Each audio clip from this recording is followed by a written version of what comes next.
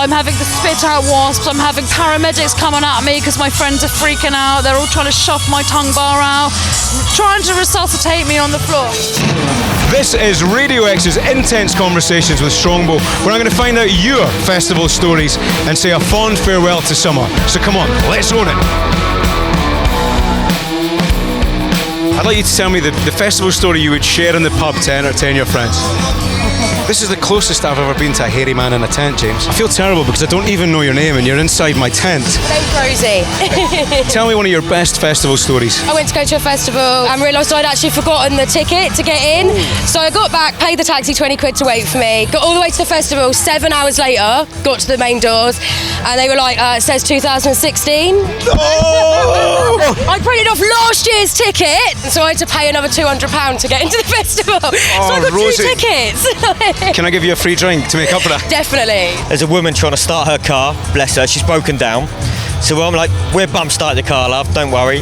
There we are, pushing her car, the fireworks start, we all walk away and her car just rolled off into the distance while she chased it.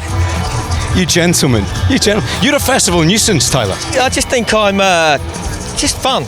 You'll never work for the AA. Next thing I know, I think I'm swallowing a bit of grass, something sharp hit me in the tongue. Turns out there's 2 wasps in my beer. I'm having to spit out wasps. I'm having paramedics coming at me because my friends are freaking out. They're all trying to shove my tongue bar out, trying to resuscitate me on the floor when I'm literally laying there like, I'm fine, guys, this is absolutely fine. Just give me my cider back. I don't want to sound unsympathetic, but did you manage to get into the festival and enjoy it? Of course I did. Of course I did. That's what I do. So I set my tent up. I set up on a hill. The first day, starts raining. So the bottom half of the tent starts filling up with water. I'm camping myself at the top of the tent, watching my possessions slide into the puddle and ruin everything I own. I had to stay in my boxers for about 4 days because the rest of my clothes got ruined. Got in Friday night, went to one of the stages called The Drop, and my friend literally took the name of the stage, quite literally. Oh no.